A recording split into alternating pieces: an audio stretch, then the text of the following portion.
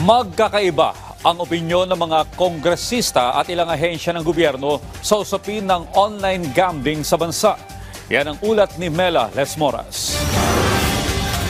Suportado ng Department of Economy, Planning and Development o DepDev ang panukalang tuluyan ng ipagbawal ang online gambling sa bansa. Sa pagdinig ng House Committee on Games and Amusements, sinabi kasi ng DepDev na hindi naman ganoon kalaki ang naitutulong nito sa ekonomiya. Bagamat kung hindi man total ban at mas mahigpit na regulasyon lang ang gagawin, hindi rin naman tutol dito ang kagawaran. The DepDev supports either a complete ban or prohibition of online gambling, or if not, a strict regulation of the industry.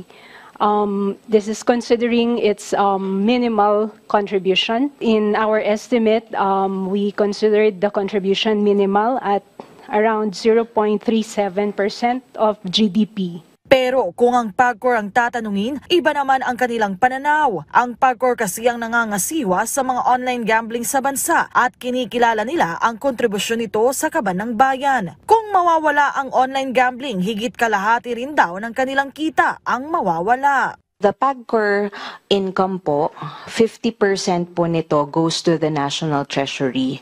So, ito po yung ginagamit po ng ating government to fund its priority projects. Ito rin po yung sinasama sa budget ng ating mga iba't ibang agencies.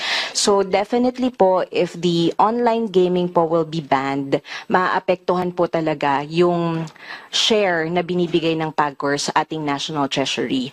As of now po, almost 60% na po ng income ng PAGCOR come from online gaming. Una nang iginiit ng mga kongresista na masusi nilang pag-aaralan ang issue. Babalansehin daw nila kung napapanahon ng tuluyan itong iban o sapat na ang mas mahigpit na regulasyon dito. Sa huli, kapakanan daw ng taong bayan ang mananaig. When left unchecked, online gambling poses serious risk to our people. Yet, as PAGCOR has emphasized, the industry also contributes significantly to our national revenues and development. This duality compels us to proceed with prudence and objectivity. Bahagi ng Legislative Executive Development Advisory Council o LEDAC priority bills ang pagpasa ng panukala ukol sa online gambling. Kaya naman inaasahang patuloy itong tututukan ng Kamara. Mela Lesmoras para sa Pambansang TV sa Bagong Pilipinas.